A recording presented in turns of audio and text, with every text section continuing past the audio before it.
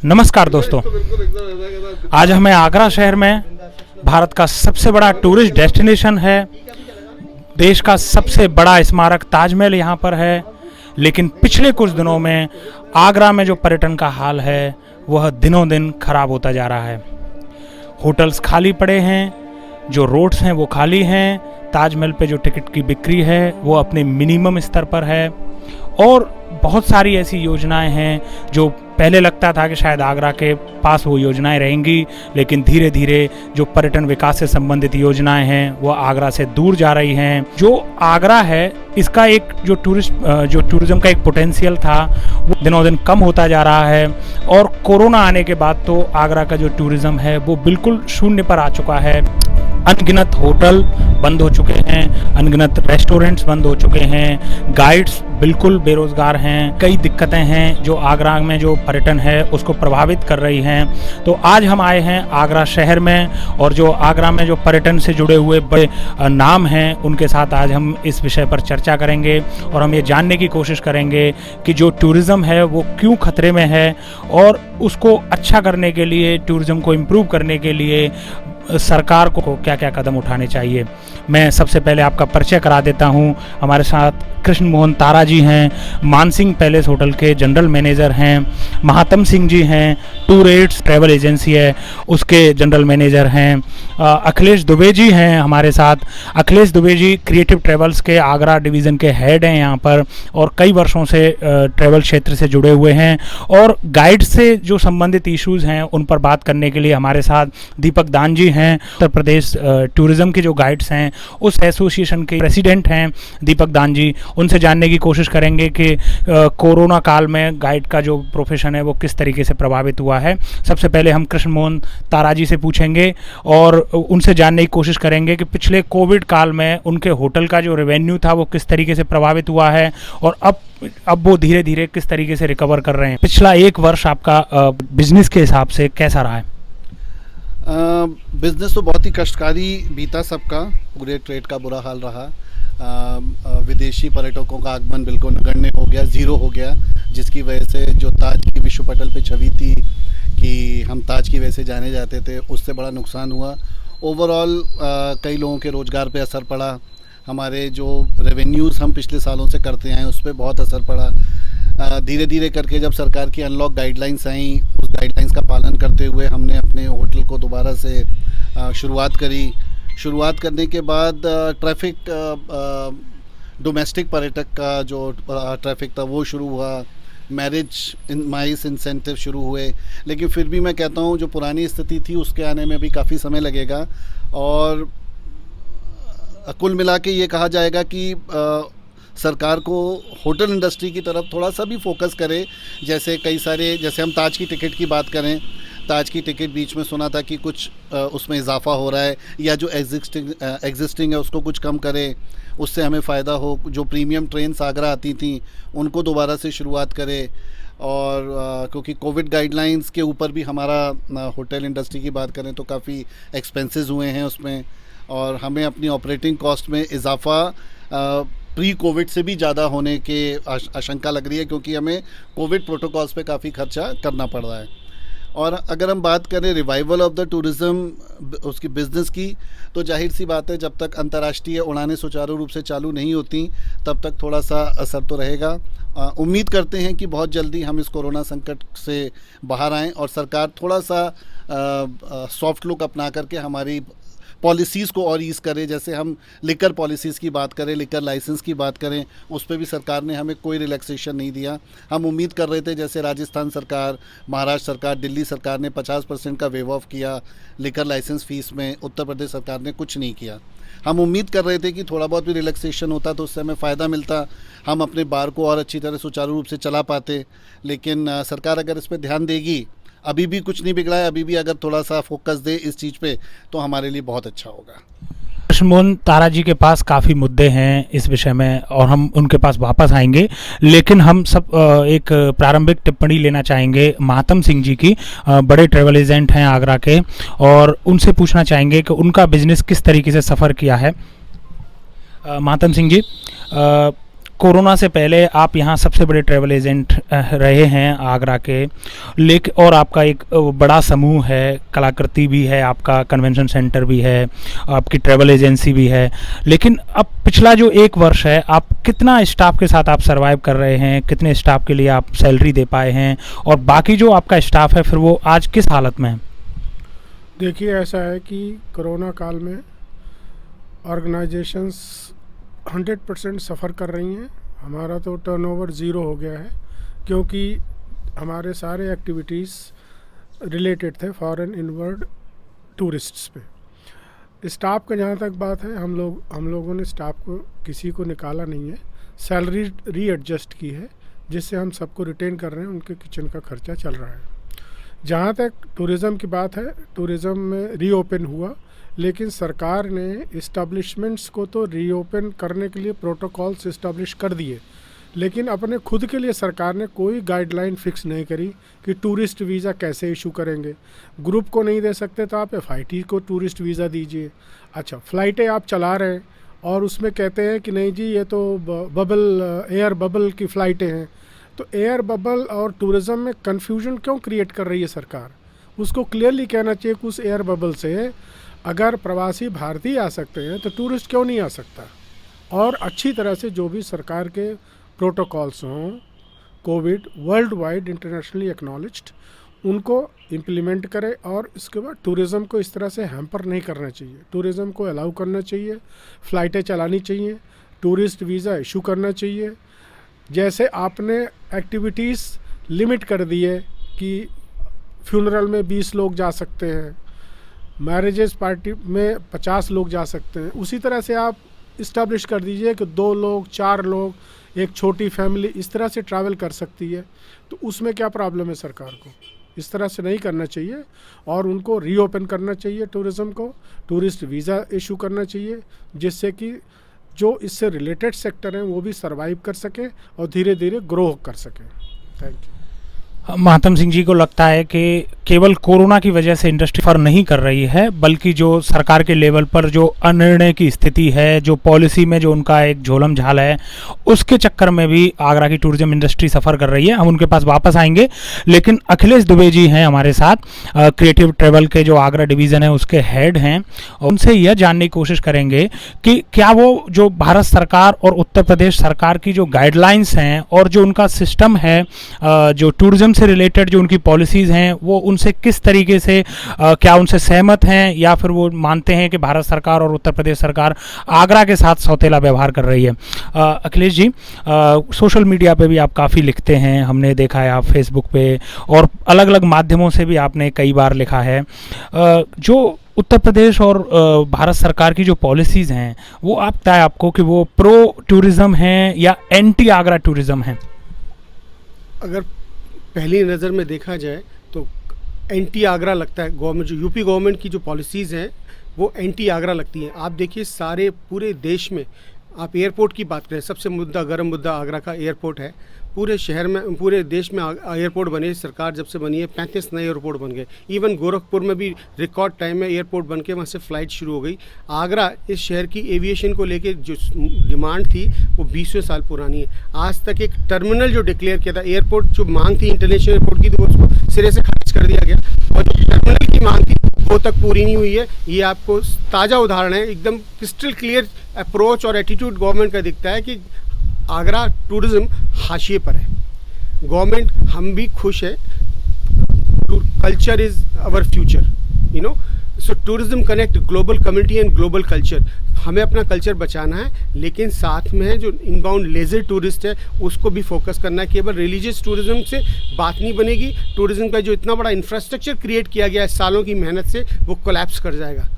ये बात भी सोचनी पड़ेगी। और जहाँ तक इनबाउंड टूरिज़्म की बात है, ये पूरी तरह से ज़ीरो हो चुका है। सरकार में इसकी चर्चा ही नहीं है। इनबाउंड टूरिज़्म के लिए कोई पॉलिसी नहीं है, कोई फ्रेमवर्क नहीं है, कोई इस पर डिस्कशन करने के लिए एग्री नहीं है।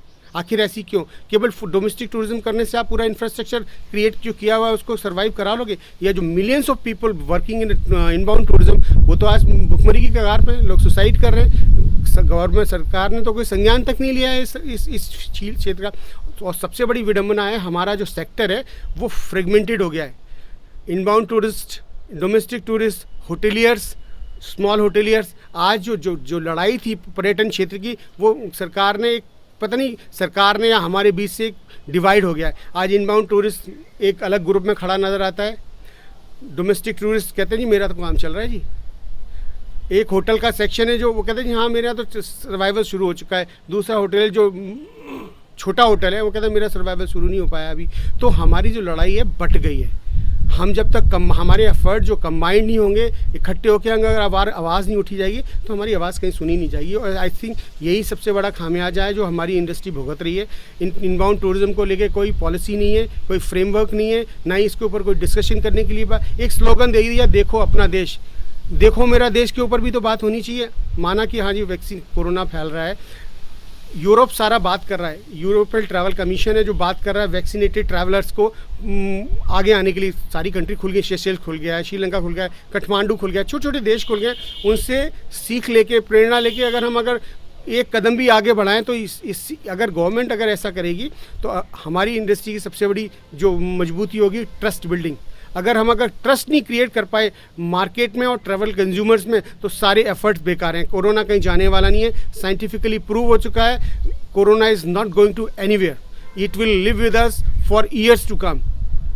आप समझ रहे, इसको मैं कहता हूँ परसेप्शन ड्रिवन समाज नहीं होना चाहिए। एक परसेप्शन और नैरेटिव सेट कर गया भैया कोरोना फैल रहा है, कोरोना ख़त्म कर पाएगा? कोई साइंटिस्ट से आप डिस्कशन कर लीजिए, इस पर डिबेट कर लो। कोरोना ख़त्म किया जा सकता है? कोरोना केवल कमज़ोर किया जा सकता है। और हमारी जो लड़ाई है इसको कोरोना को कमज़ोर करने के लिए होनी चाहिए। और लॉकडाउन हमें अपने पास से एक्सपीरियंस लेना चाहिए।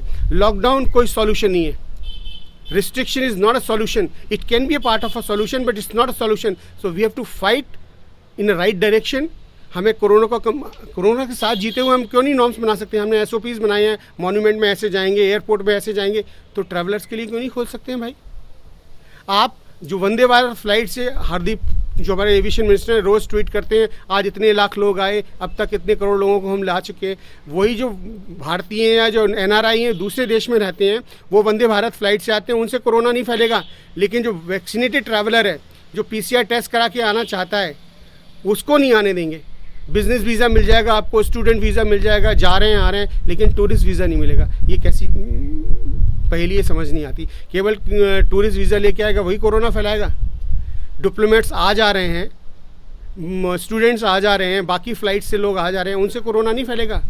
ये बड़ा विचार करने का सब्जेक्ट है। इस पर परसेप्शन के हमें न्यूज़ चैनल्स के परसेप्शन के ऊपर ध्यान ना देते हुए हमें साइंटिफिक फैक्ट ड्रिवन डिसीजन लेना पड़ेगा हर इंसान को, हर आदमी को। और अगर नैरेटिव्स के ऊपर ध्यान देते हुए हमने अगर परसेप्शन क्रिएट कर लिया कोरोना नहीं जाएगा तो आप मान के रखिए कभी नहीं जाएगा। और अपने आप से सवाल पूछो, मैं कितने दिन तक लॉकडाउन रह सकता हूँ और कितने दिन तक सर्वाइव कर सकता हूँ? ये बहुत बड़ा सवाल है। इससे पहले कि आप भूख से मरें, बेरोजगारी से मरें, डिप्रेशन से मरें, उससे बेटर है कोरोना से लड़के मर जाऊं मैं, ज़्यादा बेटर है। मैं इस सोच को मानता भी हूं। मैं भूख से मरूं, बेरोजगारी से मरूं, डिप्रेशन से मरूं, हो सकता है फ्रस्ट्रेट होकर सुसाइड कर लूं, उससे पहले कोरोना से लड़के मरूंगा तो शायद मेरे चांसेस मैं जीत जाऊंगा, क्योंकि वैक्सीनेशन शुरू हो चुका है। इतना सा मैसेज है। अखिलेश दुबे जी को लगता है कि जो गवर्नमेंट है वो टूरिज्म के जो अलग अलग डिवीजन्स हैं उनमें जो फ्रैक्शन है उसका लाभ ले रही है, इस वजह से वो लोग एक प्रेशर बिल्ड नहीं कर पाते हैं गवर्नमेंट ऑफ इंडिया के ऊपर, इस वजह से ये सब कुछ चल रहा है। दूसरी बात वो ये बड़ी महत्वपूर्ण कह रहे हैं कि जो कोविड है उसके साथ ही जीना है। जितना जल्दी गवर्नमेंट ऑफ इंडिया इस बात को एक्सेप्ट कर लेगी उतना बेहतर रहेगा टूरिज्म के लिए भी और भारत के जो दूसरे और सेक्टर्स हैं उनके लिए भी। हमारे साथ दीपक दान जी भी हैं जो UPT उत्तर प्रदेश टूरिज्म के जो गाइड्स हैं उनकी जो एसोसिएशन है उसके प्रेसिडेंट हैं। उनसे पता करते हैं कि जो गाइड हैं वो किस तरीके से कोविड में अफेक्ट हुए हैं। दीपक दान जी, स्वागत है आपका हमारे इस कार्यक्रम में। दीपक दान जी, गाइड जो बेसिकली हमारे यहाँ जो इंडियन टूरिस्ट है वो तो ज़्यादा गाइड लेता नहीं है, लेकिन जो फॉरेनर्स थे वो जब आते हैं तब गाइड का काम चलता है। लेकिन 1 साल से वीज़ा बंद है, कॉमर्शियल फ़्लाइट बंद है, तो गाइड तो बिल्कुल सर्वाइव ही नहीं कर पा रहे होंगे। अपनी बात एक शेर से शुरू करता हूँ और वो शेर है कि सांस से जो निकली धुन वो सबने सुनी। सांस कहते हैं बजाने वाले इंस्ट्रूमेंट को। इस सांस से जो निकली धुन वो सबने सुनी, पर सांस पे जो बीती वो किसको खबर। बिल्कुल यही कहानी है आज आगरा के और हिंदुस्तान के गाइड्स की। 1 साल से उनके पास, क्योंकि हमारे एग्रीमेंट में जो लाइसेंस होता है उसमें सरकार ये लिख के लेती है, एक शपथ पत्र लेती है कि आप इसके अलावा कोई और काम नहीं करेंगे। अगर आप कोई और काम करते हुए पाए गए तो आपका लाइसेंस निरस्त कर दिया जाएगा। तो एक तरफ हमारे पास ये फाउंडेशन है और दूसरी तरफ हमारे पास रोजगार नहीं है, क्योंकि टूरिज्म तो 2 भागों में बटा हुआ है। डोमेस्टिक टूरिज्म, जिसको आजकल प्रधानमंत्री जी ने कहा हुआ है कि वोकल फॉर लोकल। अब वोकल फॉर लोकल में तो टूरिस्ट की जो गाइड है उसकी इतनी डिमांड है नहीं। जो विदेशी पर्यटक आते हैं वो गाइड को बुक करते हैं, उसका वो पेमेंट करते हैं। क्योंकि विदेशी टूरिस्ट आ नहीं रहे, इसलिए गाइडों की तो इस टाइम कोई इनकम हो नहीं रही, कोई उनके असाइनमेंट लग नहीं रहे। ये थोड़ी सी दुख की बात है कि हमारी सरकार वैसे तो बहुत सेंसिटिव है। योगी जी ने इतना अच्छा कोविड का मैनेजमेंट किया, सब कुछ किया, लेकिन जब गाइड्स का मुद्दा आया और इतने बार इतने हाई लेवल पे उनको पत्र लिखा, जाके लखनऊ में हम अपने अधिकारियों से भी मिले, तमाम लोगों को चिट्ठी लिखी और हमने ये कहा कि गाइड्स को भी थोड़ी सी आर्थिक सहायता दी जाए। क्योंकि एक गाइड जिसके पास 2 बच्चे हैं और जो किराए के घर में रहता है, 7,000, 7,500, 8,000 रुपये किराया देता है, 1,000-1,500 रुपये बत्ती का भी बिल देता है, उसकी पत्नी काम नहीं करती है, उसके 2 बच्चे स्कूल जाते हैं जिनकी पढ़ाई का उसने खर्चा उठाना है। 1 साल से उसकी 1 पैसे की इनकम नहीं है, कोई और काम वो कर नहीं सकता क्योंकि लाइसेंस में आपने ये बाध्यता डाल रखी है। अब आपने तो बिल्कुल एक ऐसी हालत कर दी कि खाना भी नहीं है, कुछ कर भी नहीं सकते।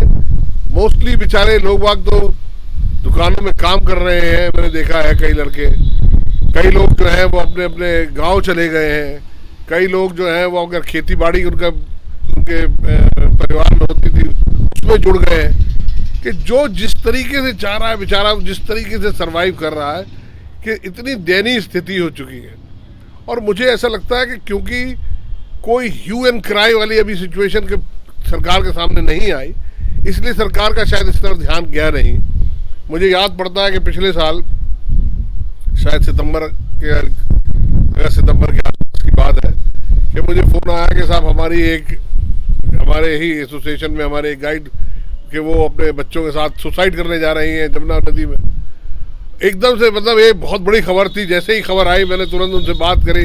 उन्होंने कहा क्या करूँगी, कहाँ से खाऊंगी, कहाँ से इन बच्चों का पैसा का।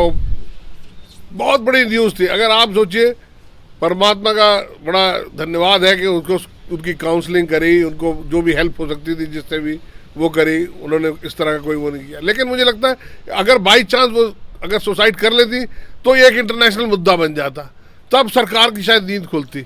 लेकिन वैसे हम हाथ जोड़ के निवेदन कर रहे हैं, अपने अधिकारियों से कर रहे हैं, सरकार से कर रहे हैं, हमारी तरफ कोई किसी का ध्यान नहीं आ रहा। ये बड़ी एक चिंता की बात है, क्योंकि गाइड भी समाज का एक हिस्सा है और बिना गाइड के टूरिज्म नहीं है। आपको ये मानना पड़ेगा गाइड का रोल क्या है। गाइड है एक अच्छे मसाले की तरह। खाना कितना भी स्वादिष्ट हो, जब तक अच्छा मसाला नहीं पड़ता तब तक उसमें स्वाद नहीं आता। ठीक वही काम गाइड का है। होटल चल जाएगा, मॉन्यूमेंट हो जाएगा, ट्रैवल एजेंसी चल जाएगी, लेकिन अगर उसको गाइड जाके वो मॉन्यूमेंट बताएगा नहीं तो वो टूरिस्ट यादें क्या लेके जाएगा, उसको मज़ा क्या आएगा। होटल का कमरा तो यहाँ भी वैसा ही है जैसा यूरोप में है, गाड़ी यहाँ भी उसके पास वही है जो वहाँ है। ये फ़र्क तो गाइड ही पैदा करता है ना, जो इंटरेस्ट पैदा करता है मॉन्यूमेंट में, जो उसको लगता है कि भारत का इतना ज़बरदस्त, इतना गौरवशाली इतिहास है, उसके बारे में बात करता है। वो कहता है this is amazing country, incredible India. वो सब गाइड तो करता ही है। तो इसलिए मुझे लगता है कि सरकार को थोड़ा सा ध्यान देना चाहिए। आप एक शहर का नाम बदलते हैं, जो कि ठीक है बदल सकते हैं, कोई दिक्कत नहीं, लेकिन मैं पढ़ रहा था एक पेपर में कि एक शहर का नाम बदलने में कितने 100 करोड़ रुपया खर्च हो जाता है।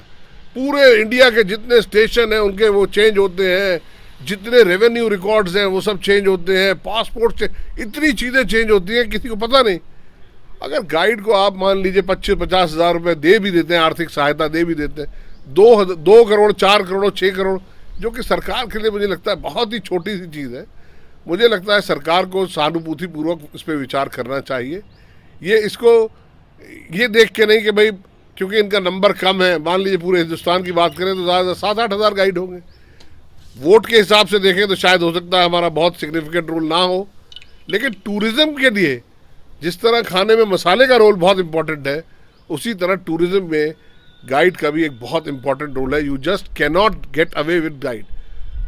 हमने देखा कि वो ऑडियो वाले वो चले थे कि साहब कान पे लगाइए और वो कमेंट्री बताता, सक्सेसफुल नहीं हुआ। वो इसलिए सक्सेसफुल नहीं हुआ क्योंकि वो चाहता है बात करना, वो आपकी कल्चर के बारे में जानना चाहता है। वो ये जानना चाहता है कि ये महिला ने साड़ी लाल रंग की क्यों पहनी है, इस महिला ने बुर्का क्यों पहना हुआ है, इसके हाथ में मेहंदी क्यों लगी हुई है, कौन बताता है उसको। वो कहता है साहब आपके ये गाय सजी हुई जा रही है, इसका क्या मतलब है। ये सब बातें उसके अंदर आती हैं। जब वो देखता है मंदिर में आरती देखता है तो वो कहता है क्या हो रहा है, तो उसका इंटरेस्ट होता है। उसको बताने के लिए वो गाइड ही है जो उसके साथ रहता है और उसको बताता है और उसकी जो जिज्ञासा है उसको शांत करता है, ताकि एक देश की एक छवि निकल के आए। और मैं तो अपने इतने साल के कैरियर में देख रहा हूँ, 12-13 साल के कैरियर में गाइड की तरह, कि जब भारत आते हैं लोग पहली बार आते हैं, वो कहते हैं दिस इज अमेजिंग कंट्री। हमने तो कभी सोचा ही नहीं था कि इतना प्यारा कंट्री है, इतना ब्यूटीफुल कंट्री, लवली कंट्री। तो ये मेरे ख्याल से जब ये इमेज जाती है वो ठीक है, लेकिन सरकार को उन लोगों के लिए जो गाइड्स हैं उनके परिवारों के लिए कुछ ना कुछ ज़रूर सोचना चाहिए, क्योंकि जब वो हैं तो उनको बचाना चाहिए। ये सरकार की जिम्मेदारी, कर्तव्य सब कुछ है। तो मेरा यही निवेदन है। दीपक दान जी को लगता है कि सरकार ने गाइडों को बेचारा बना के छोड़ दिया है, उनको कोई और बिजनेस भी नहीं करने दिया, कोई और काम धंधा भी नहीं करने दिया, और जब आज वो उनका टूरिज्म बंद हुआ है तो उनको किसी तरीके की आर्थिक सहायता भी नहीं दी गई है। लेकिन एक बहुत प्रचारित एक आर्थिक सहायता का एक पैकेज था, 20 लाख करोड़, शायद अगर मैं गलत नहीं हूँ तो 20 लाख करोड़ ही था, 20 लाख करोड़ का एक पैकेज था। ये हमारे साथ कृष्णमोहन तारा जी हैं, सोशल मीडिया पर काफ़ी एक्टिव रहते हैं और गवर्नमेंट की जो पॉलिसीज़ हैं उनको कई बार पब्लिकली अप्रिशिएट भी करते हैं। कृष्णमोहन तारा जी से ही पूछते हैं कि ये 20 लाख करोड़ में से उनको कितने लाख करोड़ रुपए मिले। कृष्णमोहन जी, ये 20 लाख करोड़ का जो पैकेज था, इसमें से कुछ पैसा आपके होटल इंडस्ट्री को या टूरिज्म इंडस्ट्री को मिला क्या? कुछ नहीं मिला सर, 1 रुपये की सहायता नहीं है। वही मैंने शुरुआती आपसे बातचीत में भी कहा था कि हम तो कैश बेनिफिट की कोई बात ही नहीं कर रहे थे। हम तो बात कर रहे थे relaxation in rates, relaxation in licence fee, relaxation in various other fees which we need to pay time to the government, such as renewal of यू में से फसाई licence, renewal of fire licence, renewal of excise licence. इन्हीं में relaxation मिल जाता तो हम समझ लेते कि उस 20 लाख करोड़ में से कुछ लाख करोड़, कुछ हज़ार रुपया, कुछ लाख रुपया हमारे पल्ले आया। लेकिन होटल इंडस्ट्री के लिए सरकार ने उस 20 लाख करोड़ रुपए में से 1 रुपया खर्च नहीं किया, जितनी मेरी नॉलेज में है। हालांकि मैं ये नहीं कह सकता कि सरकार की उस 20 लाख करोड़ के आर्थिक सहायता पैकेज में से किसको क्या डिस्ट्रीब्यूट हुआ, क्या डिस्ट्रीब्यूट नहीं हुआ। लेकिन अगर हम अपनी बात करें तो मैं एज ए होटेलियर एक्सपेक्ट कर रहा था कि सरकार एक बेल आउट पैकेज देगी। उस बेल आउट पैकेज में से ये होगा कि जो बेयर मिनिमम स्टाफ, क्योंकि देखिए सरकार ने लॉकडाउन लगाया, अच्छी बात है, मॉरेटोरियम दिया, अच्छी बात है, लेकिन बाद में उस मॉरेटोरियम पे ब्याज भी लिया। उस ब्याज के लिए सुप्रीम कोर्ट पे बहस चली कि ब्याज पे ब्याज नहीं लिया जाना चाहिए। मेरा तो सरकार से फोल्डेड हैंड करबद्ध निवेदन है कि आपने उस ब्याज पे ब्याज लगाने के लिए PIL स्वीकार ही क्यों करी। अगर आपको रिलैक्सेशन देना था तो ठीक, हम ये नहीं कहते माफ़ कर दीजिए, सरकार पे बोझ पड़ेगा, बिल्कुल माफ़ मत कीजिए। लेकिन अगर आपने उस मैं खुद एक EMI पे करने वाला भारतीय हूँ और मैं अपनी जितनी भी पेमेंट्स हैं वो रेगुलर करने वाला व्यक्ति हूँ, लेकिन जब मेरे पास आमदनी नहीं होगी मैं पेमेंट कहाँ से करूँगा। तो जब ये 20 लाख करोड़ का पैकेज अनाउंस हुआ, अखबारों में बड़ी बड़ी हेडलाइन के साथ आया, which was very good, but उसमें से 1 रुपया या 1 रुपये का लाभ हमें किसी रूप में मिला हो, ऐसा मुझे जान नहीं पड़ता। लेकिन महात्म सिंह जी, टूरिज्म तो सबसे ज़्यादा अफेक्टेड इंडस्ट्री है कोविड की वजह से। सबसे पहले काम बंद हुआ, सबसे बाद में इसमें काम स्टार्ट होगा, लेकिन फिर ये 20 लाख करोड़ का पैकेज में से आपको नहीं मिला, तो फिर ये मिला किसको है? देखिए, ऐसा है कि हमें वो इसलिए नहीं मिला कि पर्यटन मंत्रालय कहता है कि हमारे पास कोई डाटा नहीं है। इससे बड़ी दुर्घटना और दुखद बात नहीं हो सकती कि हम लोग एग्जिस्ट ही नहीं करते। इसका मतलब अगर पर्यटन मंत्रालय पे डाटा नहीं है तो इसका मतलब ये नॉन एग्जिस्टेंट इंडस्ट्री है और हमें इस तरह से व्यवस्था करना चाहिए। पहले हम अपना नॉमिनेशन कराएं, पहले हम अपना अप्रूवल कराएं, लेकिन सरकार एट द सेम टाइम ये भूल जाती है कि हमारा जितना भी मेंबर है वो एक्साइज टैक्स देता है, सर्विस टैक्स देता है, इनकम टैक्स देता है। टैक्सेशन में उनके पास डाटा पूरा है, लेकिन कंपेंसेशन में, पैकेज देने में उनके पास कोई डाटा नहीं है। इसलिए आपसे करबद्ध निवेदन है कि एक डाटा बना करके आप जरा अपने मंत्रालय को फीड करें, पर्यटन मंत्रालय को, जिससे कि उनके पास डाटा तैयार हो। तब उसके बाद जब अगला कोविड क्लोज डाउन होगा तब हमें कुछ मिल पाएगा। इस समय तो हम गए, हमारे पास कुछ नहीं मिलना है, हमको कुछ नहीं मिलेगा क्योंकि उनके पास डाटा नहीं है। महात्म सिंह जी ने बड़ी इंटरेस्टिंग बात कही है कि भारत सरकार के पास टैक्स लेने के लिए डाटा है। कोई भी कहीं पे जीएसटी लेना है तो डाटा है, लाइसेंस फीस लेनी है, बार की फीस लेनी है तो डाटा है। उनके वो ट्रांसपोर्टर हैं, वो ये कह रहे हैं कि उनका अगर ट्रांसपोर्टेशन से रिलेटेड कोई भी टैक्स है उसके लिए डाटा है।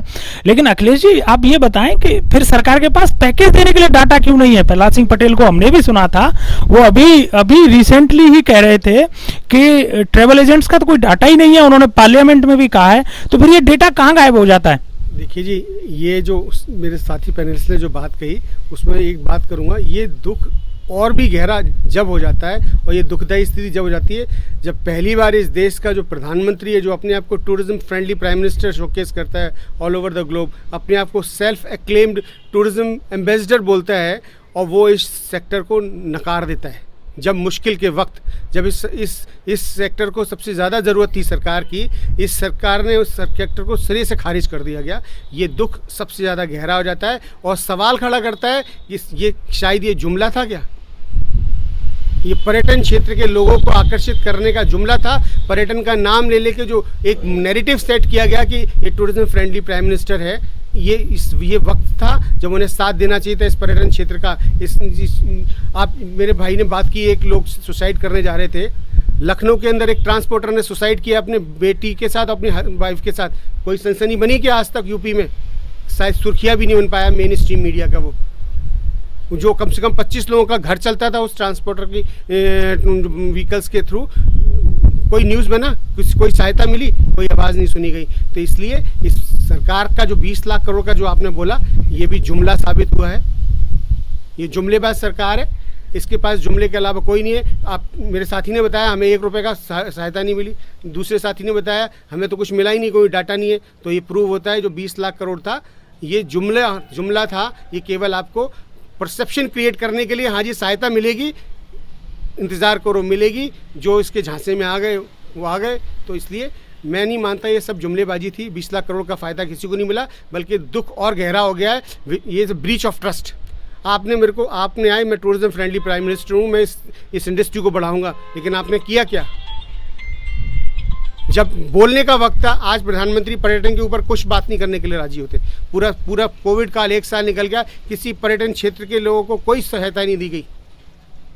टैक्स लेने के लिए सरकार है, सरकार ने अपना बिजनेस ऑन रखा है। रेवेन्यू, सरकार के रेवेन्यू में कोई कमी नहीं आए। होटल धंधा करे ना करे, उसके खर्चे चले ना चले, लेकिन उसको अपनी लाइसेंस फीस, एक्साइज फीस सारी बराबर मिलनी चाहिए। ये कौन सा न्याय है? बाकी कंट्री से, जब दूसरे देशों से कंपेयर करने की बात आती है, हम विश्व गुरु बनेंगे, ऐसे विश्व गुरु बनेंगे। हमसे छोटे छोटे देशों ने अपने सारे बिजनेस यूनिट से उनकी इलेक्ट्रिसिटी बिल माफ़ किया, उन्हें सहायता दी है। जो पर्यटन व्यवसायी थे, अब यूरोप से सहायता उदाहरण लो, यूके से लो, उन्होंने जो भी प्राइवेट सेक्टर में लोग काम करते थे उन्हें पैकेज दिया है। कोविड काल का जो लॉकडाउन था उसमें उनको गवर्नमेंट की तरफ से फाइनेंशियल स्टिमुलस मिला है। हमें तो कुछ नहीं मिला। हमें तो एक वर्ड बोल के, एक्रोनिम बोल के छोड़ दिया गया, आत्मनिर्भर बने। कैसे आत्मनिर्भर बने? जब हमारी सारी जो फंक्शनिंग है एक्सटर्नल फैक्टर्स पे डिपेंड है। बिना सरकार के आज हम इनबाउंड टूरिस्ट जो इंडस्ट्री वाले लोग हैं बैठे हुए हैं नाकारा, कोई काम नहीं है, क्योंकि हम पूरी तरह से सरकार के सिस्टम पे डिपेंड हैं। तो हम कैसे आत्मनिर्भर बने भाई? आपने हमारे रास्ते बंद कर रखे हैं आत्मनिर्भर बनने के। हम बनना चाहते हैं आत्मनिर्भर, हमें रास्ता खोल तो हमारा रास्ता खोलो, हम आत्मनिर्भर बन के दिखाएं। हमें नहीं चाहिए आपसे कोई स्टिमुलस, हमें नहीं कोई चाहिए मदद, लेकिन हमारा जो जीने का रास्ता है वो तो खोलो, मीन्स ऑफ सर्वाइवल तो खोलो हमारे को। कैसे आत्मनिर्भर बनेंगे?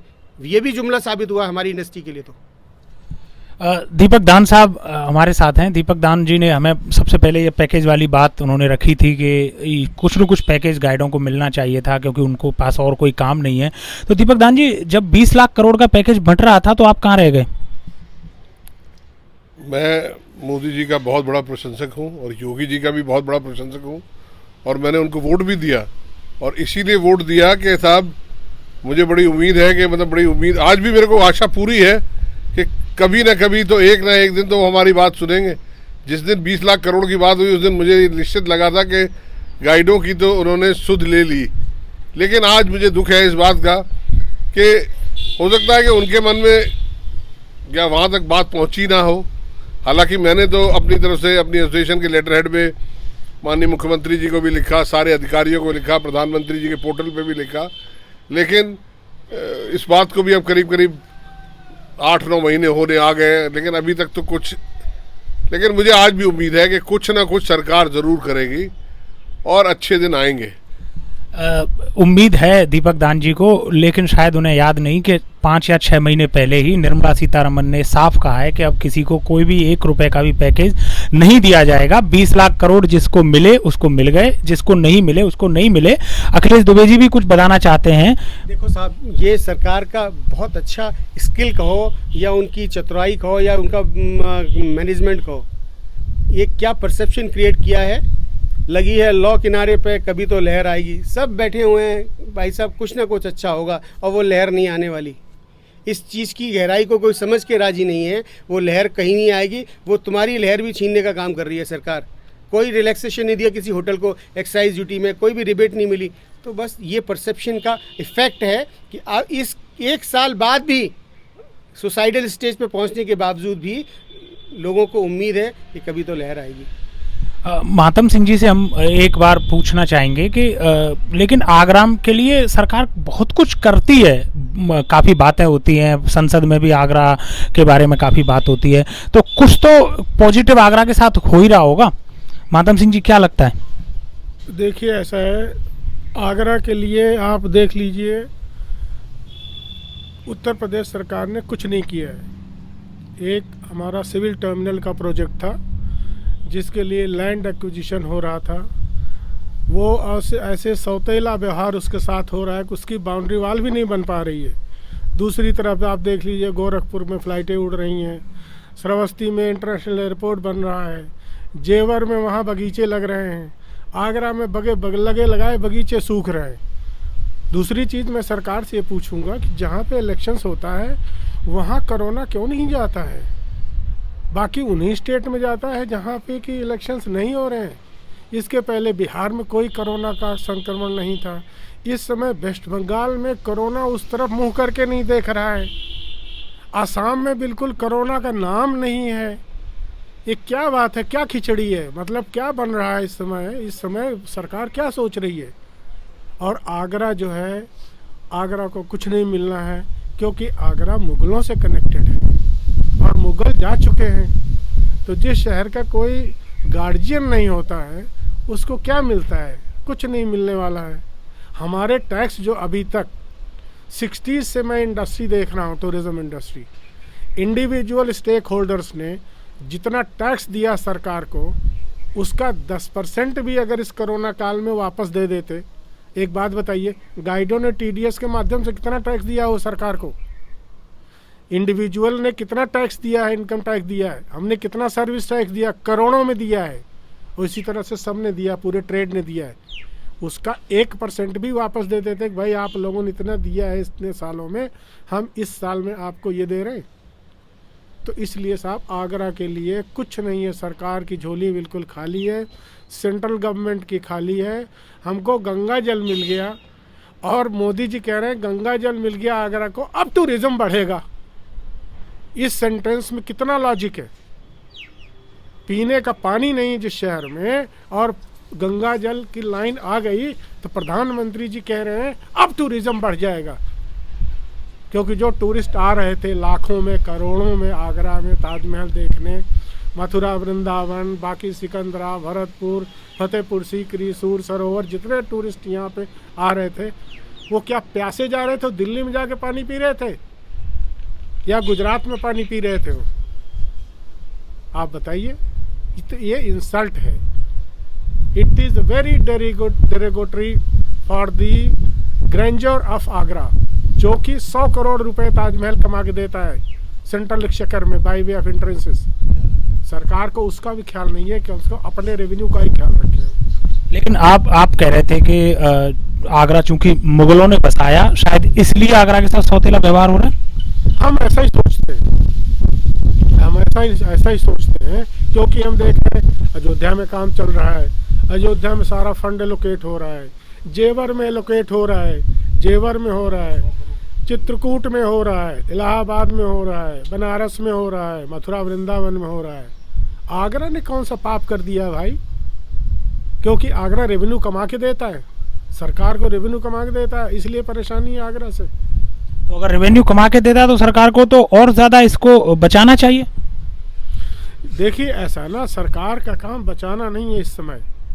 सरकार को एक एजेंडा अपना फॉलो करना है। जो उनके दिमाग में आ गया इसको उठाना है, उसको उठाएंगे वो।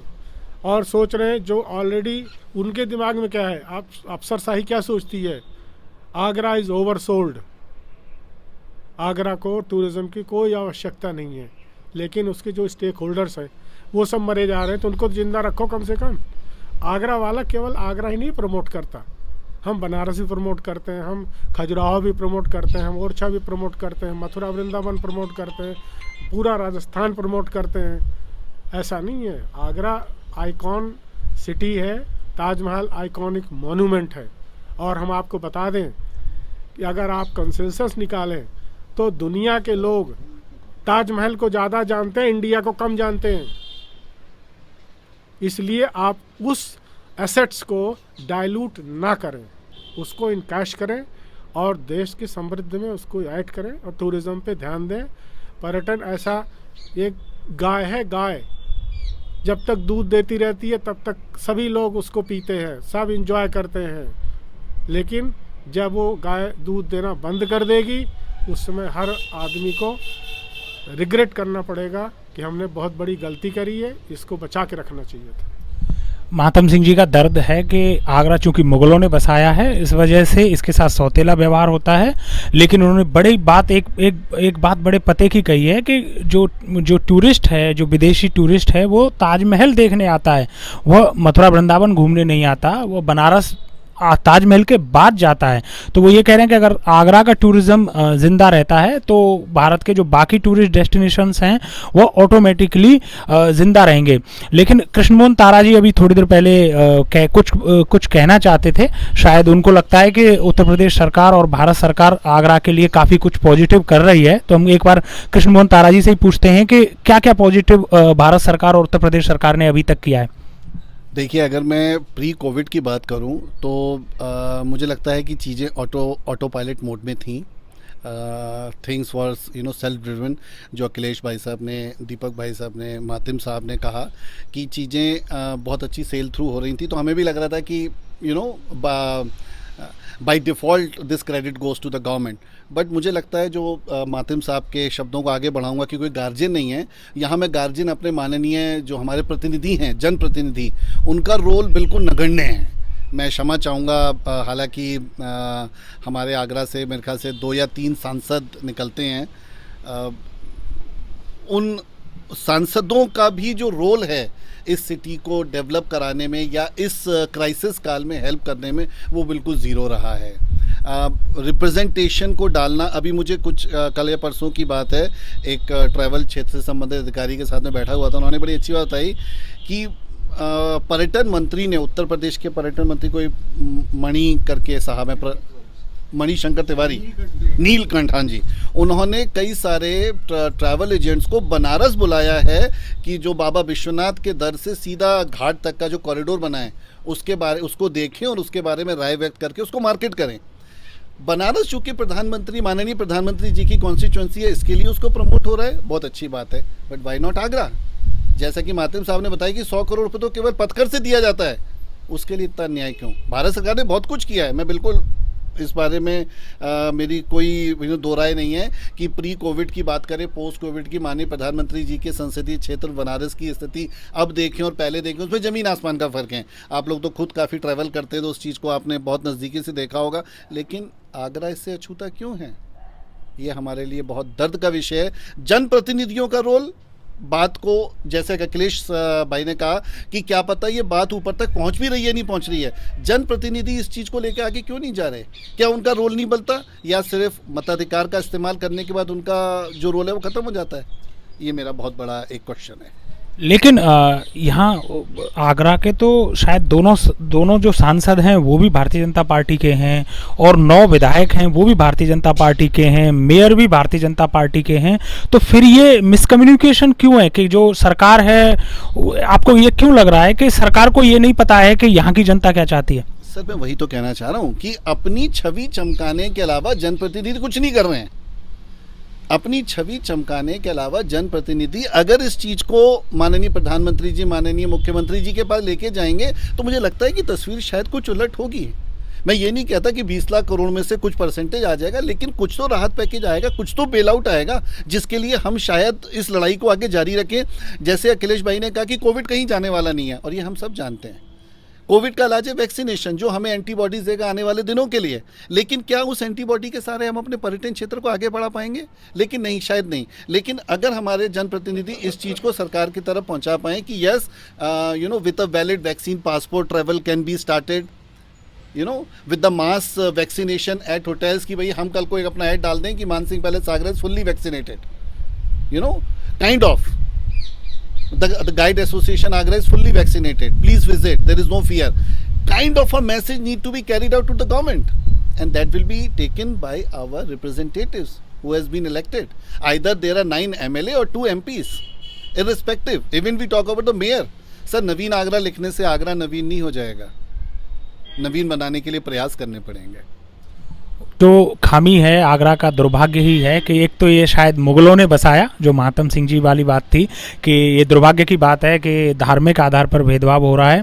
और ये कृष्ण मोहन तारा जी तो ये भी कह रहे हैं कि जो हमारे रिप्रेजेंटेटिव्स हैं, जो सांसद हैं और विधायक हैं, उनका भी जो कंट्रीब्यूशन है वो आगरा के लिए कोई खास नहीं है। लेकिन महात्म सिंह जी, हम जब ये इंटरव्यू स्टार्ट करने वाले थे उससे पहले आप कह रहे थे कि आगरा के लिए मेट्रो दी है उत्तर प्रदेश सरकार ने, और कुछ आपने गंगा जल का भी जिक्र किया।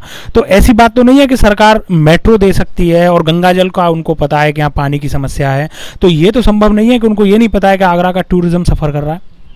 देखिए, ऐसा है, उनको सब कुछ पता है। आपके घर का नंबर भी उनको पता है, और इस समय आप क्या कर रहे हैं ये भी उनको पता है। अगर पता करने चाहें तो सब कुछ पता है। और हमारी टाइम टू टाइम मीटिंग होती रहती। यहाँ पर्यटन बंधु की मीटिंग है, यहाँ पे इंडस्ट्रीज़ का जो है वो उद्योग बंधु की मीटिंग है। टाइम टू टाइम सारे अफसरों के थ्रू सारे सजेशन सरकार को जाते रहते हैं। लेकिन प्रायोरिटाइज करने वाली बात है, अगर आगरा को जो चाहिए, हमको मेट्रो नहीं चाहिए, हमको चाहिए सिविल टर्मिनल, क्योंकि आगरा 70 साल से सफ़र कर रहा है because of being air force base. Civil फ़्लाइटें नहीं आ पाती हैं, सिविलियन कोई घुस नहीं सकता वहाँ पे, आप एयरपोर्ट पे नहीं जा सकते, एयरपोर्ट से बाहर नहीं आ सकते, रिस्ट्रिक्शंस है वहाँ पे। इसके लिए सजेशन निकाला गया था कि सिविल टर्मिनल बनाया जाए, जिससे कि वो सिविल एक्टिविटी वहाँ पे चालू हो सके। उसको इनकरेज करना चाहिए। तो आप चीज़ों को प्रायोरिटाइज करने की बात है। जितने प्रतिनिधि हैं उनको, वो भी मीटिंग करते रहते हैं टाइम टू टाइम। कोई मीटिंग करता है तो उसको कहता है राम मंदिर के लिए चंदा चाहिए। बताइए, चंदा चाहिए, चंदा कहाँ से देंगे आगरा वाले? सब तो मरे पड़े हैं, बताइए। अरे मैं एक और बात, कौन देगा? आप बताइए, कौन चंदा देगा? किसके पास क्या है देने के लिए? आपने क्या दिया है आगरा को? और इस कोविड पीरियड में आपने इंडस्ट्री को क्या दिया है? सब टूरिज्म रिलेटेड है, इनबाउंड टूरिज्म से रिलेटेड है। सारे इस्टेब्लिशमेंट बंद पड़े हुए हैं 22 मार्च 2020 से आज तक लॉक खुला नहीं है उनके पास। उनसे कह रहे हो राम मंदिर के लिए चंदा दीजिए आप। तो ये सब गलत बात है। आपको देखना चाहिए कि क्या चाहिए लोगों को, उसके हिसाब से आप पैनलाइज कीजिए सरकार क्या दे सकती है। उसी हिसाब से यहाँ के सिटीजन्स हमेशा देते आ रहे हैं। हम देखते हैं यहाँ आगरा की सबसे बड़ी समस्या रही है, हर पॉलिटिशियन घूम फिर के वही किसी न किसी पार्टी में मिक्स होकर के आता है और सामने हमारे बताता है कि ऐसा है जी, सेंटर में ये सरकार है, स्टेट में दूसरी सरकार है, इसलिए आगरा को कुछ नहीं मिल रहा है। हमें आप बताइए कि इस समय क्या स्थिति है, सेंटर में भी वही सरकार है, स्टेट में भी वही सरकार है, तब क्यों कुछ नहीं हो पा रहा है? फिर क्यों डिस्क्रिमिनेशन हो रहा है? फिर क्यों इग्नोर हो रहा है आगरा? फिर आगरा को क्यों नहीं कुछ मिल रहा है? आप बताइए। 3 बार फाउंडेशन स्टोन लेड हो चुका है जमुना पे बराज का। बराज बनाना एक बड़ा, इतना बड़ा प्रोजेक्ट हो गया कि यूपी गवर्नमेंट और स्टेट गवर्नमेंट बराज नहीं बना पा रहे, और पानी के लिए 140 किलोमीटर की पाइपलाइन डाल करके और 150 करोड़ खर्चा करके आप यहाँ तक ला रहे हैं। उसके लाने के पहले आपने सिटी में नहीं देखा कि सिटी में पाइपलाइन पड़ी हुई कि नहीं, सब सड़ गई है, सब पाइपलाइन रोज लीकेज हो रहा है, रोज फट रही है पाइप्स, जनता को फिर भी पानी नहीं मिल रहा है। ये क्या प्लानिंग है? आप कहते हो हमने ये कर दिया, हमने कर दिया, वो कर दिया, उसका इम्पैक्ट क्या है? हैप्पीनेस लेवल क्या है आगरा में रहने वालों का? सब छोड़ छोड़ के आगरा जा रहे हैं। लोगों को जयपुर ज़्यादा पसंद आ रहा है, लोगों को धौलपुर ज़्यादा पसंद आ रहा है आगरा को छोड़ करके।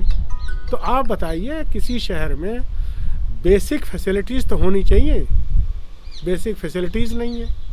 आप एक एयरपोर्ट नहीं दे पा रहे हो कि लोग आ जा सकें, आप अच्छी ट्रेनें नहीं दे पा रहे हो, बनारस की कोई न फ्लाइट है न ट्रेन है डायरेक्ट। आप बताइए बनारस कैसे कनेक्ट होगा? बताइए। तो हमारे दर्शक हैं जो आगरा से थोड़ा कम परिचित हैं, उनके लिए मैं बता दूं कि आगरा में बेसिकली एयरपोर्ट है, लेकिन वो एयरपोर्ट एयरफोर्स के अंडर में आता है, कोई भी सिविल एयरपोर्ट आगरा में नहीं है। और यह कोई ये एक बहुत बड़ा सरप्राइज़ है। ये दुनिया, हमने भी कई कंट्रीज़ घूमी हैं, बहुत सारे लोगों से हमारी मुलाकात होती है, सभी लोग आश्चर्य व्यक्त करते हैं कि भारत का सबसे बड़ा टूरिस्ट डेस्टिनेशन 70 वर्ष में एक एयरपोर्ट के लिए, आज भी एक एयरपोर्ट के लिए तरस रहा है। तो एक सिविल एयरपोर्ट यहाँ पे नहीं है, जो कुछ फ्लाइटें चलती हैं वो रेगुलर नहीं चलती हैं, एयरफोर्स का जो एनक्लेव है वहीं से चलती हैं, इस वजह से यहाँ के लिए रेगुलर फ्लाइट मिल नहीं पाती हैं। और जो मातम सिंह जी कह रहे थे वो उनका इशारा उसी तरफ था कि जो फ्लाइट्स नहीं है, कनेक्टिविटी की दिक्कत है। और ये चूँकि भाजपा का पुराना वायदा रहा है कि वो यहाँ पे एक सिविल टर्मिनल बनाएंगे, लेकिन उन्होंने ये वायदा अभी तक पूरा नहीं किया है। जब ये बात चल रही थी, राम मंदिर के चंदे की जब बात चल रही थी, तो अखिलेश दुबे जी कुछ बोलना चाहते थे। अखिलेश जी, ये राम मंदिर का जो चंदा है, इसकी क्या स्टोरी है? ये क्या जो पर्यटन कर्मी हैं उनसे इस तरीके के चंदे की डिमांड कोई प्रशासन ने की है या राजनीतिक लोग कर रहे थे? कुछ राजनीतिक लोग जो प्रतिनिधि हैं, मैं नाम नहीं लेना चाहता, लेकिन जब जैसे आपने बोला सरकार के पास डेटा नहीं है कि आगरा की टूरिज्म इंडस्ट्री सर्वाइव कर रही है, तो ये इस चीज़ का बेनिफिट ऑफ डाउट अगर सरकार लेना चाहती है तो वो सिरे से खारिज करूँगा। क्योंकि हमारे जो यशस्वी प्रधानमंत्री हैं और तेजस्वी मुख्यमंत्री जी हैं, उनको ये पता होता है इस बूथ पे इतने वोट पड़े हैं, तो उन्हें ये नहीं पता इस शहर का कितने लोग भूख से तड़प रहे हैं।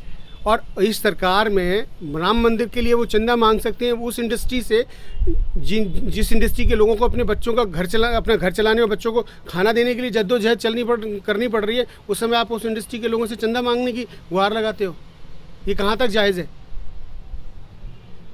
ये सोचने का विषय है। और ये सरकार बिल्कुल भी ना बेनिफिट ऑफ डाउट लेने की कोशिश करे कि जनप्रतिनिधियों ने इन्फॉर्म नहीं किया है, अपडेट नहीं किया है प्रधानमंत्री या मुख्यमंत्री को। उनके पास मिनट टू मिनट डाटा होगा हर चीज़ का। इस टेक्नोलॉजिकल एरा में कुछ भी छुपा नहीं है। सरकार की मंशा चाहिए, अगर इस सेक्टर को सपोर्ट करना है, उनके पास हर तरह का डाटा होगा, कितने लोग इसमें काम करते हैं, कितने लोग टैक्स देते हैं, किसकी आर्थिक स्थिति कितनी है, किसका एक्सपेंडिचर लेवल कितना है।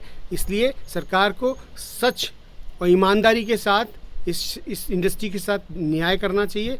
इस इंडस्ट्री के लोगों के साथ थोड़ी सी हमदर्दी रखे। ये सेक्टर प्राइवेट इंडस्ट्री जो है हमारी, ये केवल हम ही को नहीं बचाती, ये सरकार को भी बहुत बड़ा रेवेन्यू क्रिएट करके देती है। स्पेशली इनबाउंड इंडस्ट्री जो देश का 3rd largest foreign currency earning sector है, उसको इतने सिरे से खारिज करना ये सरकार की आर्थिक स्थिति को भी कमज़ोर करेगा। इसलिए प्रायोरिटी के साथ सरकार को इनबाउंड टूरिज्म इंडस्ट्री के ऊपर फोकस करना चाहिए, क्योंकि इससे देश की इकोनॉमी भी जुड़ी हुई है। हमारी टूरिज्म इकोनॉमी तो सर्वाइव करेगी, रिवाइव करेगी, लेकिन देश की इकोनॉमी भी इससे बहुत बहुत अच्छी स्थिति में आएगी। इसलिए इनबाउंड टूरिज्म को बहुत प्रायोरिटी के साथ SOPs फॉलो करते हुए, जैसे पूरे यूरोप में चल रहा है वैक्सीनेटेड ट्रैवल, हमारे तो बात ही नहीं हो रही वैक्सीनेटेड ट्रैवल की या ट्रैवल पासपोर्ट, डिजिटल पासपोर्ट, हमारे तो कोई बात ही नहीं हो रही है। वी आर क्या हम फॉलो कर रहे हैं, हम फॉलो करने भी हम कहते हैं ये विश्वगुरु बनने का सबसे अच्छा समय था। ये हमारे जो प्रधानमंत्री बोलते हैं हम विश्वगुरु बनेंगे, भारत विश्वगुरु बनेगा, ये कोविड काल सबसे अच्छा समय था विश्वगुरु बनने का। प्रधानमंत्री को अपना डायनेमिक पर्सोना दिखाना चाहिए था दुनिया को कि हम कड़वे डिसीज़न और बोल्ड डिसीज़न लेने में सक्षम हैं। तो ये अपॉर्चुनिटी थी, लगता खो दी, लेकिन विनती है बस सरकार से, इस जो इंडस्ट्री के लोग हैं जो मरने की कगार पे पहुंच गए हैं, वो उनके लिए थोड़ा सोचें। अखिलेश दुबे जी को लगता है कि एक अपॉर्चुनिटी मिस कर दी है भारत सरकार ने, एक वर्ल्ड लीडर बनने की जो नरेंद्र मोदी जी के पास एक अपॉर्चुनिटी थी वो शायद मिस कर दी है। लेकिन हम दीपक दान जी से जानना चाहते हैं कि आखिर वो चूंकि वो तो खुद कह रहे थे कि वो मुख्यमंत्री और प्रधानमंत्री के बहुत बड़े प्रशंसक हैं, तो हम उनसे भी जानना चाहेंगे कि आखिर उनको क्या लगता है कि क्यों भारत सरकार और उत्तर प्रदेश सरकार आगरा को इस तरीके से इग्नोर कर रही है। ऐसा है कि आपको ये समझना चाहिए कि सरकार की मंशा क्या है। भारतीय जनता पार्टी की मंशा जो है वो रिलीजियस बेस्ड है, और रिलीजियस बेस्ड है, और ये चीज़ अच्छी भी है। ठीक है, उन्होंने एक भव्य राम मंदिर के निर्माण का जो रास्ता है वो साफ किया है, और ये एक बहुत बड़ा अपने आप में उपलब्धि है। लेकिन कहीं ना कहीं ऐसा भी हो रहा है कि जो मॉन्यूमेंट मुगल काल के हैं, जैसे ताजमहल है। अभी मैं रिसेंटली किसी एक पेपर की न्यूज़ देख रहा था कि यूपी का जो हमारा जो ट्रैवल का जो ब्रोशर है, ट्रैवल प्रमोशन का, उसमें ताजमहल फर्स्ट पेज पे है ही नहीं, उसकी फोटोग्राफ भी शायद नहीं है उस पर।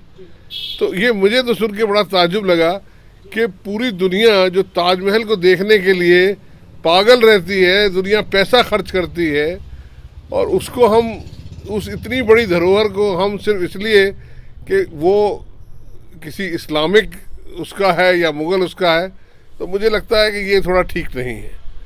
दूसरी चीज़ ये है कि जब हम बात करते हैं फ़्लाइट्स की और बेसिक इंफ्रास्ट्रक्चर की, तब हम ये नहीं समझते कि जब एक इंटरनेशनल गेस्ट जो है, टूरिस्ट जो है, वो जब देखता है कि आगरा में फ़्लाइट नहीं है, उसके दिमाग में पहला इम्प्रेशन ही जाता है, अरे इसका मतलब बड़ा अंडर डेवलप्ड कंट्री है। जब उसे लगता है कि इंफ्रास्ट्रक्चर बहुत, जब तक वो यहाँ आता है, जब वो यहाँ इंफ्रास्ट्रक्चर देखता है, एक्सप्रेसवेज देखता है, दिल्ली एयरपोर्ट देखता है, तब उसे लगता है नहीं। तो ये हमारे लिए शोकेस है टूरिज्म को प्रमोट करना, कि अगर हम 5 ट्रिलियन इकोनॉमी बनना चाहते हैं, अपने देश को एक इन्वेस्टमेंट फ्रेंडली, मैं आगे की बात करता हूँ कि अगर इन्वेस्टमेंट फ्रेंडली हम प्रोजेक्ट करना चाहते हैं, तो लोगों को यहाँ आना चाहिए। तो दिखता है तो बिकता है, ये आजकल मार्केटिंग का टूल है। तो जब तक लोग यहाँ आएंगे नहीं, तब तक वो देखेंगे नहीं, और जब तक देखेंगे नहीं, एक मोटिवेटेड टीम ही तो उनको दिखा सकती है। और अगर लोग ही मोटिवेट नहीं हैं, लोग मर रहे हैं, उनके पास खाने को नहीं है, और सरकार जो है वो उनकी तरफ ध्यान नहीं दे रही है, तो ये अपने आप में बहुत ही ज़्यादा चिंता का विषय है। और मुझे लगता है कि प्रधानमंत्री जी को, माननीय मुख्यमंत्री जी को, और जितने अधिकारी हैं उनको इसका संज्ञान लेना चाहिए कि जो लोग टूरिस्ट गाइड या और लोग जो इससे एसोसिएटेड हैं, जो पच्चेकार, जो एम्पोरियम में काम करने वाले सेल्समैन हैं, जो कालीन बनाने वाले हैं, जो हॉकर्स हैं, जो ऑटो रिक्शा वाले हैं, टैक्सी वाले हैं, इतने लोग इस शहर के, मैं सोचता हूँ 30 से 40% इस शहर की आबादी जो है वो इस टाइम भूखमरी के कगार पे है। लेकिन ये है कि हम कह रहे नहीं साहब हर चीज़ अच्छी है, ये गलत है। हमारे जो सांसद हैं, अब तो आगरा से 3-4 सांसद हो गए हैं, तो मैं सोचता 2 सांसद 9 MLA, 2 सांसद, और राज्यसभा में अभी हमारे हरिद्वार दुबे जी भी हाँ राज्यसभा में हैं, राज्यसभा में गए हैं। और हम तो हालांकि माननीय कठेरिया जी इटावा चले गए, लेकिन हम तो अभी भी उनको अपना ही मानते हैं। तो हम तो ये मानते हैं कि साहब हमारे पास 2 नहीं 4 हमारे मेंबर ऑफ पार्लियामेंट हैं, 9 हमारे MLA हैं, और हमारे नवीन जैन जी हैं। तो इतना सब कुछ होने के बावजूद भी अगर 30 से 40% जो लोग हैं जो टूरिज्म पे डिपेंडेंट हैं वो इतनी दयनीय स्थिति में है, तो ये सब की कैपेबिलिटी के ऊपर एक बहुत बड़ी बहुत बड़ा एक सवालिया निशान लगा रहा है। दीपक दान जी बहुत सारे एमएलए एमपीज के नाम गिना रहे हैं, बट वो आगरा के साथ ये हो रहा है कि भीड़ बहुत है, काम का कोई नहीं है।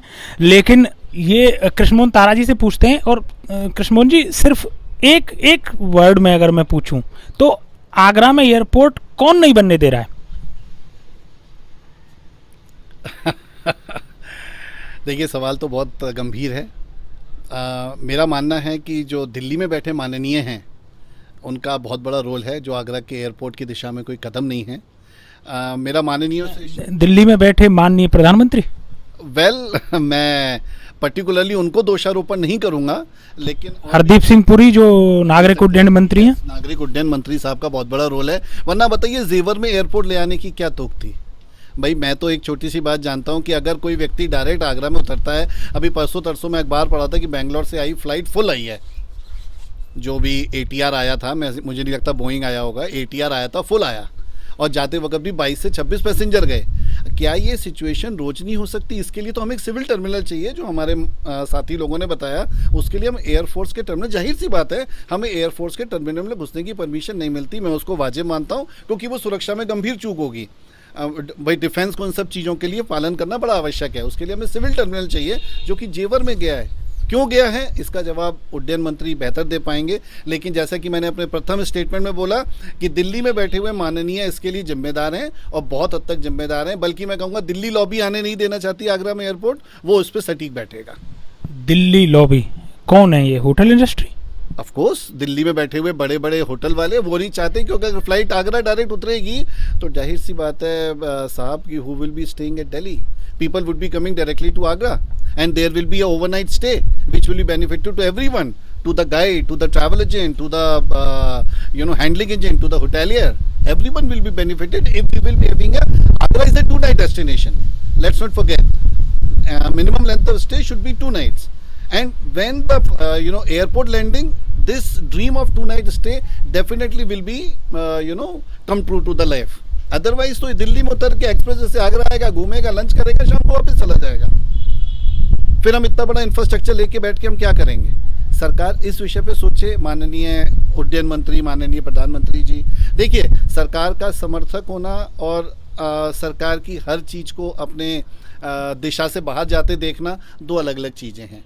ठीक है, कुछ जगहों पे अगर सरकार ने अच्छे काम किए उसकी प्रेजिंग भी ज़रूरी है, जिसका मैं तहे दिल से समर्थन करता हूँ। जैसे अभी दीपक दान भाई साहब ने बोला कि राम मंदिर हिंदुओं की आस्था का केंद्र था। हम भी तहे दिल से शुक्रगुजार हैं माननीय योगी जी के, माननीय मोदी जी के, कि उन्होंने इस चीज़ को सपन दिखाया। लेकिन वो टूरिज़्म तो अयोध्या बनारस के पास चला गया। मैं अगर आगरा की बात करूं तो मैं तो ये एक्सपेक्ट नहीं कर सकता कि जो बंदा अयोध्या और बनारस में लैंड कर रहा है वो आगरा है। Agra is a golden triangle, Jaipur, Agra, Delhi, बरसों से चला आ रहा है, नई चीज़ नहीं है ये। अगर आदमी देखेंगे, वो एयरपोर्ट के निर्माण में सबसे बड़ा बाधक यही तत्व है। मातम सिंह जी से पूछते हैं कि इस सरकार में सचमुच में नागरिक उड्डयन मंत्री कितनी चलती है कि प्रधानमंत्री जी एयरपोर्ट आगरा में देना चाहें और नागरिक उड्डयन मंत्री एयरपोर्ट को जेवर ले जाएं? नहीं जी, हम इस बात से सहमत नहीं हैं। ये प्योरली स्टेट गवर्नमेंट की रिस्पॉन्सिबिलिटी है to acquire land and hand over to airport authority of India. हम लोगों की काफ़ी इस सिलसिले में बातचीत हुई है और एयरपोर्ट अथॉरिटी ने अपने कंस्ट्रक्शन के लिए 500 करोड़ रुपए सैंक्शन करके रखा हुआ है, लेकिन राज्य सरकार ज़मीन एक्वायर करके एयरपोर्ट अथॉरिटी को हैंडओवर नहीं कर पा रही है। दूसरा सुनिए, अपने बजट में जब उत्तर प्रदेश का बजट बना उसमें आगरा के सील टर्मिनल के लिए 1 पैसा एलोकेटेड नहीं है। तीसरी चीज़ सुनिए, 19 आइकॉनिक साइट्स पब्लिश करी हैं उत्तर प्रदेश पर्यटन ने, उसमें ताजमहल मिसिंग है। आप बताइए, अगर आप ताजमहल को नहीं प्रमोट करना चाहते तो बिल्कुल मत करिए, लेकिन दुनिया ने तो प्रमोट कर रखा है, उसको कैसे रोकेंगे? एडवाइजेबल स्टेप ये है कि आप उसको इनकाश करिए, उसको कमाइए। दूसरी चीज़ सुनिए, अभी जैसा कि दान साहब ने बोला, हर ज़िले का एक उत्पाद मुख्यमंत्री जी की योजना में चल रहा है। आगरा का कौन सा उत्पाद है? आगरा का उत्पाद उसमें से मिसिंग है। अरे आप पेठा ले लेते, आप इलने वर्क ले लेते, कुछ तो लेते आगरा से।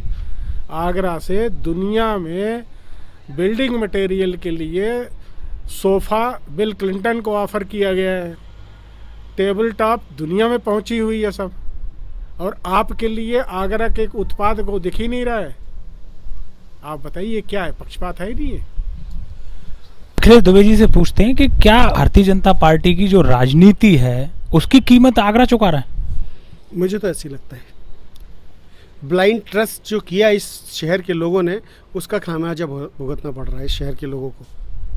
आप ये कह रहे हैं कि अगर यहाँ से जो विधायक या सांसद भारतीय जनता पार्टी के नहीं होते तो शायद आगरा के लिए ज़्यादा बेनिफिशियल, ज़्यादा अच्छी तरह लड़ पाते, क्योंकि इस सरकार में मुझे लगता है यहाँ के जो प्रतिनिधि हैं वो अपनी बात कितनी दमदारी से अपने आलाओं के सामने रख पाते हैं या मनवा पाते हैं, मुझे उनकी काबिलियत पर थोड़ा सा शक है। दूसरी चीज़, जैसा मेरे साथी भाई ने बोला ना कि आगरा एयरपोर्ट क्यों नहीं मिल पाया, मैं सीधा जिम्मेदार प्रधानमंत्री को मानता हूं। जब उन्होंने 2014-13 की जो रैली हुई थी प्रधानमंत्री की कोठी मीना बाज़ार में, वहां से डिक्लेयर किया था पब्लिक प्लेटफॉर्म से, अगर बीजेपी आई, अगर वो प्रधानमंत्री बने तो इस शहर को जो सालों से एयरपोर्ट नहीं मिल पाया उसका सपना पूरा होगा। ये इनडायरेक्ट अनरिटन कमिटमेंट था ओपन प्लेटफॉर्म से प्रधानमंत्री का इस शहर के लिए, जिन्होंने शहर की उम्मीदों को जगाया, एक आशा दी इस शहर को कि हाँ अब प्रधानमंत्री को जिताएंगे और इस शहर का भला हो जाएगा।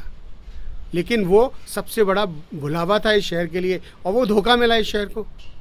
इसका सब कोई साक्षी है। प्रधानमंत्री ने इस शहर से वादा किया अगर बीजेपी की सरकार आएगी, जो आपको सालों से इस क्षेत्र का, इस शहर का पर्यटन नहीं उठ पाया है बिकॉज ऑफ एयरपोर्ट, वो एयरपोर्ट मिलेगा। इंटरनेशनल एयरपोर्ट तब भी नहीं मिला, लेकिन तब जो टूरिज्म मिनिस्टर और culture minister mister Mahesh Sharma थे, हरदीप सिंह पुरी तो कोई सीन में नहीं थे, तो अभी आए हैं। तो इसका सीधे जिम्मेदारी प्रधानमंत्री की है इस शहर को एयरपोर्ट ना मिलना, वो भी छलावा था। ये आगरा छल है, तो इसलिए किसी और को दोषारोपण करना या कुछ संकोच होना, मैं सीधे आरोप करता हूँ प्रधानमंत्री ने आगरा के साथ धोखा किया, और हमारे जो जनप्रतिनिधि हैं इस आगरा का जो पक्ष लेके आगरा की बात रखने में नाकाम हुए हैं पूरी तरह से। जो कृष्ण मोहन तारा जी थे वो कह रहे थे कि नागरिक उड्डयन मंत्री जिम्मेदार हैं और दिल्ली की लॉबी जिम्मेदार है आगरा में एयरपोर्ट न बनने के लिए। महात्म सिंह जी कह रहे थे कि जो उत्तर प्रदेश सरकार है वो ज़्यादा जिम्मेदार है। वहीं अखिलेश दुबे जी कह रहे हैं कि प्रधानमंत्री नरेंद्र मोदी हैं वो ज़्यादा जिम्मेदार हैं आगरा में एयरपोर्ट ना बनने के लिए। हम दीपक दान जी से भी पूछते हैं कि दीपक दान जी, महात्म सिंह जी कह रहे थे कि उत्तर प्रदेश की जो सरकार है वो आगरा के टूरिज्म की विरोधी है, फिर आप मुख्यमंत्री के प्रशंसक क्यों हैं? देखिए, हर व्यक्ति की अच्छाइयों को ज़रूर देखना चाहिए। जिस हिसाब से 25 करोड़ के हमारे प्रदेश को माननीय मुख्यमंत्री ने कोरोना जैसे संक्रमण से बचाया है, उसकी पूरे वर्ल्ड में तारीफ हुई है, और इसलिए मैं उनका बहुत बड़ा प्रशंसक हूँ। मैं उनको बहुत फॉलो करता हूँ, और मुझे इसलिए पता है कि वो बड़े संवेदनशील हैं और बड़ी सारी मुद्दों पे बड़े हो रहते हैं। लेकिन मुझे ये है कि शायद मुख्यमंत्री जी को इसके बारे में पूरी तरह से बताया नहीं गया या उनके संज्ञान में नहीं है, क्योंकि मुझे ऐसा लगता नहीं है कि अगर मुख्यमंत्री जी के संज्ञान में जो एक्चुअल सिचुएशन है गाइडों की, और एक्चुअल सिचुएशन जो है अगर उनको बताई जाए या उनको बताया जाए कि यहाँ इतने लोगों को इतनी ज़्यादा असुविधा है, इतनी ज़्यादा उनके सामने दिक्कत है, तो मुझे पूरा विश्वास है कि मुख्यमंत्री उसका ज़रूर संज्ञान लेंगे और उस पर कुछ न कुछ राहत देंगे।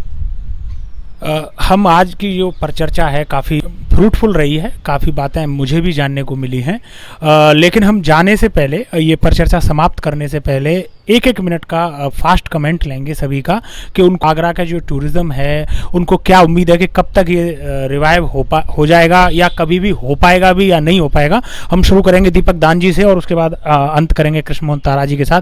दीपक दान जी, कब आपको क्या लगता है कितने वर्ष में जो टूरिज़्म है आगरा का वो रिवाइव हो जाएगा, अगर वो होता है तो? मुझे लगता है कि 2022 अक्टूबर होगा, इससे पहले तो उसका रिवाइवल मुश्किल है। 2022 अक्टूबर। अखिलेश दुबे जी, 2022 अक्टूबर भुखमरी फैल जाएगी टूरिज्म में? तो मुझे तो लगता है, मैं कोई इसको एक टाइम फ्रेम नहीं दूंगा। मेरा कहना, अगर हम जितनी जल्दी ट्रस्ट बिल्डिंग क्रिएट कर लेंगे और उसके लिए सरकार सबसे अच्छा बड़ा माध्यम है। अगर सरकार आगे आके अगर ट्रस्ट बिल्डिंग के लिए के क्षेत्र की और थोड़ा सा अग्रसर होती है, अगर कोरोना के डर को भगाने के अलावा हम कोरोना से बचने के और इससे लड़ते हुए आगे बढ़ने की अगर अग्रसर होंगे, जितनी जल्दी ट्रस्ट बिल्डिंग होगी उतनी जल्दी हमारा रिवाइवल होगा। महात्म सिंह जी, उम्मीद है सरकार से कुछ? सरकार के हाथ में सब कुछ है, भगवान के बाद सरकार का ही नाम आता है। नहीं तो अभी भी आपको उम्मीद बनती है कि सरकार कुछ करेगी आगरा के टूरिज्म के लिए? ऐसा है कि उम्मीद हमको तब है जब आगरा के लोग लड़ाकू एटीट्यूड अडॉप्ट करेंगे, जब अपने राइट्स के लिए हम लड़ेंगे। दूसरे, आगरा का टूरिज्म जो है ना, वो स्टेट गवर्नमेंट और सेंट्रल गवर्नमेंट के हाथ में नहीं है। ये इंटरनेशनली प्रमोटेड शहर है, सारी दुनिया ताजमहल देखना चाहती है। जिस दिन टूरिस्ट वीज़ा सरकार खोलेगी, आगरा अपने आप फुल हो जाएगा। और आप हम बताएं, आगरा ऐसा मरने के कगार पे नहीं है, क्योंकि डोमेस्टिक टूरिज़्म चल रहा है और टूरिज़्म के दो पार्ट है, एक इनबाउंड टूरिज़्म, एक डोमेस्टिक टूरिज़्म। इनबाउंड टूरिज़्म एक छोटा सा पार्ट है, वो भी शुरू हो जाएगा सूनर और लेटर। लेकिन आगरा अपना अस्तित्व कभी खो नहीं सकता। ये इमॉर्टल सिटी है और अपनी ग्रैंडर को फिर से अचीव करेगा। महात्म सिंह जी तो काफ़ी ऑप्टिमिस्टिक हैं। वो कह रहे हैं कि सरकार जितना चाहे उतना इग्नोर कर ले, लेकिन आगरा बाउंस बैक करेगा टूरिज्म को लेके। कृष्णमोहन तारा जी, कब तक लगता है कि आगरा में टूरिज्म का रिवाइवल हो जाएगा? सर, मैं अखिलेश जी के उससे बयान से बहुत सहमत हूँ। जब ट्रस्ट बिल्डिंग फैक्टर जितनी जल्दी डेवलप हो जाएगा, उतनी जल्दी आगरा में टूरिज़्म रीस्टार्ट होगा। हालांकि मैं ये नहीं कहूँगा कि बिल्कुल पूरी तरह से मर चुका है, थोड़ा बहुत डोमेस्टिक मूवमेंट हमारे पास चल रहा है। लेकिन अगर हम इनबाउंड टूरिज़्म की बात करें, जो कि एक विशेष स्थान रखता है आगरा के पर्यटन में, विदेशी मुद्रा के अर्जन में, उसके आरंभ होने में 2022 अक्टूबर तो नहीं, लेकिन मैं ये मान के चलता हूँ 2021 अंत तक तो हम we will be in position to not retain pre covid position but on a sustainable position. Krishnamohan Tara ji को लग रहा है कि 2021 का जो अंत है, मतलब अक्टूबर नवंबर जो ये जो सीज़न आएगा टूरिज़्म का, तब तक आगरा का टूरिज़्म रिवाइवल कर लेगा। लेकिन ये पूरा जो हमने परिचर्चा की है, इसका एक जो सबसे बड़ा कंक्लूज़न है वो तो ये है कि आगरा के लोगों में नाराज़गी बहुत है। उनको नाराज़गी है जो उनके जनप्रतिनिधि हैं उनके खिलाफ, उनको नाराज़गी है उत्तर प्रदेश सरकार और जो दिल्ली की सरकार है, जो जिस तरीके से उन्होंने इग्नोर किया है उसके खिलाफ नाराज़गी है। एक जो आगरा का हक था एयरपोर्ट, जिसको कि ये लोग छीनकर जेवर ले गए हैं, उसके लिए बहुत ज़्यादा नाराज़गी है। और एक अफसोस भी है कि आगरा ने इतना कुछ दिया भारतीय टूरिज़्म के लिए। आगरा की वजह से आज भारत का इतना बड़ा नाम है टूरिज़्म में, जो प्रधानमंत्री काफ़ी प्रमोट भी करते हैं। वो कहते भी हैं कि उन्होंने 40वां और 45वां स्थान वर्ल्ड टूरिज़्म में भारत को दिलवाया है। तो वो सब ताजमहल की बदौलत हुआ है। लेकिन आज जब आगरा को सबसे ज़्यादा सरकार की ज़रूरत है, जब आगरा के जो काम करने वाले हैं, एम्पोरियम वाले हैं, जो गाइड्स हैं, हॉकर्स हैं, होटेलियर्स हैं, रेस्टोरेंट वाले हैं, जब आज उनको सबसे ज़्यादा ज़रूरत है, तो भारत सरकार और उत्तर प्रदेश सरकार दोनों ने ही आगरा को, जैसे कहते हैं ना कि दूध में से पड़ी हुई मक्खी की तरह फेंक दिया है। ये बहुत अफसोस की बात है। तो दोस्तों, अगर आपने अभी तक हमारा चैनल सब्सक्राइब नहीं किया है तो आप हमारे चैनल को सब्सक्राइब करिए, जो नोटिफिकेशन बेल है उसको दबाइए, ताकि आपको हमारे वीडियोज़ हैं वो सबसे पहले मिल सकें।